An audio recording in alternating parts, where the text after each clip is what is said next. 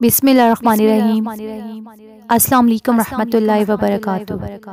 میری دعا ہے کہ اللہ پاک آپ سب کو خوش رکھیں، آپ سب کی پریشانیوں کو، مشکلات کو اور بیماریوں کو دور فرمائیں اور آپ سب کی زندگی میں آسانیاں فرمائیں، آمین۔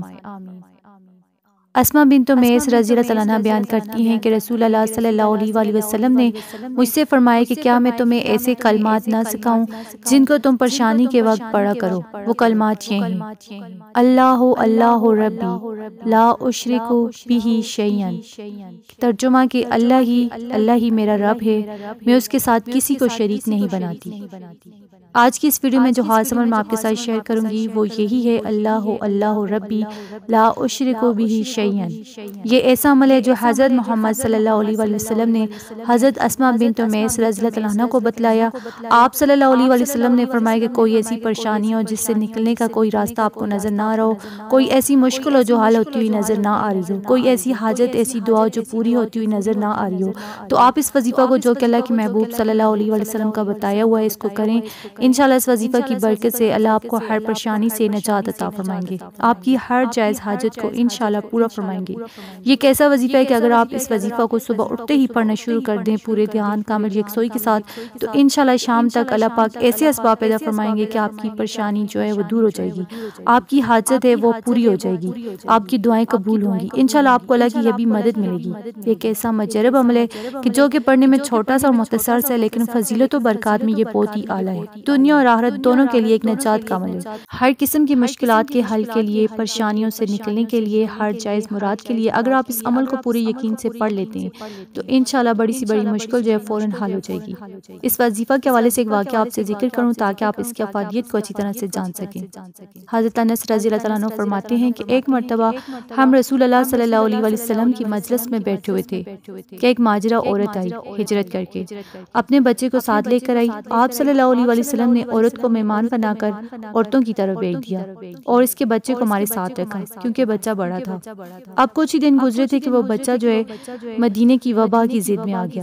وہ کچھ دن بیمار رہا اور بیمار رہنے کے بعد وہ انتقال کر گیا۔ آپ صلی اللہ علیہ وآلہ وسلم نے اس کی آنکھیں بند کی، اس کی تجہیز و تکفین کا حکم فرمایا۔ جب ہم نے اس کو غسل دینا چاہا تو آپ صلی اللہ علیہ وآلہ وسلم نے فرمایا کہ انس اس کی ماں کو جا کر خبر کر دو، تو میں نے اس کو خبر کر دی۔ وہ فرماتے ہیں کہ وہ آئی اور اس کے قدموں کے پاس بیٹھ گئی، اس کا انگوٹھا پکڑا، پھر کہنے لگی: اے اللہ، میں تجھ پر خوشی سے اسلام لائی، میں نے بتوں کی پوجا چھوڑ دی، یا اللہ شوق سے تیری راہ میں ہجرت کی، یا اللہ میں نے کسی کے ساتھ شریک نہیں ٹھہرایا تجھے، یا اللہ میں نے کسی کو تیرے ساتھ شریک نہیں ٹھہرایا، بتوں کی پوجا کو ترک کر دیا، بتوں کی مخالفت کی، یا اللہ یا پروردگار۔ کہتے ہیں کہ وہ کہہ رہی تھی اور اس کے قدموں کے پاس بیٹھی ہوئی تھی۔ اللہ کی قسم اس کی بات ابھی پوری بھی نہیں ہوئی تھی کہ اس کے بچے کے قدموں نے حرکت کرنا شروع کر دی اور اس بچے نے اپنے چہرے سے کفن ہٹایا۔ تو آپ صلی اللہ علیہ وآلہ وسلم کے دنیا سے جانے کے بعد اور ماں کے انتقال کے بعد بھی وہ بچہ جو ہے وہ زندہ رہا۔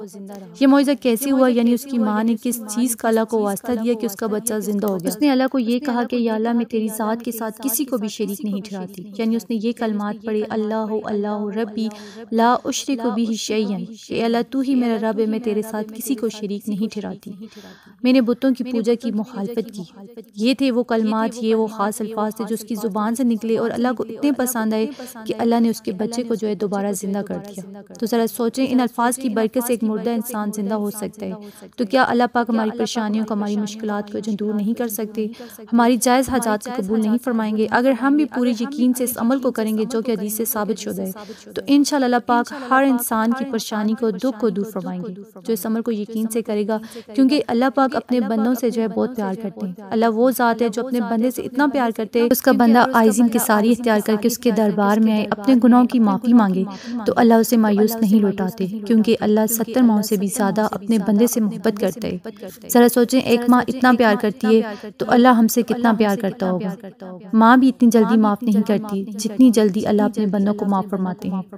فرمایا جب تم لوگ وضو کرتے ہو تو تمہارے سارے گناہ جڑ جاتے ہیں، ایک نماز سے دوسری نماز تک گناہوں کا کفارہ ہے۔ اسی طرح ایک مرتبہ اللہ تعالیٰ نے حضرت موسیٰ علیہ السلام سے فرمایا کہ جلدی جا، میرا ایک دوست جو ہے جنگل میں مر گئے، اور جلدی جا اس کا جنازہ پڑھاؤ اور اعلان کر دو کہ جو کوئی بھی اس کے جنازے میں شریک ہوگا میں ان سب کو بخش دوں گا۔ لوگ بھاگتے ہوئے آئے تو دیکھا یہ تو وہی نافرمان ہے جس کو ہم نے بستی سے نکال دیا تھا۔ تو لوگوں نے حضرت موسیٰ سے پوچھا کہ یہ تو وہی گنہگار ہے، یہ کیسے اللہ کا ولی ہو سکتا ہے؟ حضرت موسیٰ نے عرض کی کہ اے پروردگار، یہ تیرے بندے کیا بول رہے ہیں اور تو کیا فرما رہے؟ یہ تو بہت گنہگار تھا۔ تو اللہ تعالیٰ نے فرمایا کہ یہ ٹھیک کہہ رہے ہیں، یہ ایسا ہی تھا جیسا یہ کہہ رہے ہیں، لیکن جب اس پر موت آئی تو اس نے دائیں دیکھا تو اسے کوئی نظر نہ آیا، اس نے بائیں دیکھا تو اسے کوئی نظر نہ آیا، اور جب اس نے بے بسی سے میری طرف دیکھا تو میری رحمت نے یہ گوارا نہیں کیا کہ جسے سب چھوڑ دیں میں بھی اسے چھوڑ دوں۔ مجھے اپنی ذات کی قسم، اگر اس وقت یہ ساری دنیا کی مجھ سے بخشش مانگتا تو میں ساری دنیا کو معاف کر دیتا۔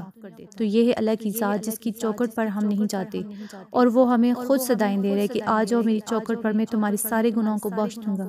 تو جب بھی کوئی بھی پریشانی مصیبت آئے، کوئی بھی دعا قبول نہ ہوتی ہو، تو فوراً وظیفہ کیے بغیر بھی آپ اللہ کی طرف رجوع کریں، اپنے اللہ سے باتیں کریں، اپنے دکھ شیئر کریں، اپنے اللہ کو اپنا دوست بنا لیں، اور جب آپ اللہ کو اپنا دوست بنا لیں گے تو یہ پریشانیاں مشکلات جو ہیں آپ کو بہت معمولی نظر آئیں گی۔ تو آج کا جو خاص عمل، جو خاص وظیفہ ہے، یہ جو دعا ہے، آپ نے روزانہ صبح اٹھنے کے بعد صرف 33 مرتبہ آپ نے اس کو پڑھنا ہے، یعنی اللہ اللہ ربی لا اشرک بہ شیئا۔ آپ نے اس کو پڑھنا ہے، اپنے ہاتھوں کی انگلیوں پر اس کا ورد کرنا ہے، اپنی پریشانی کو، اپنی حاجت کو اپنے ذہن میں رکھنا ہے، اور اللہ پاک سے آپ دعا مانگیں۔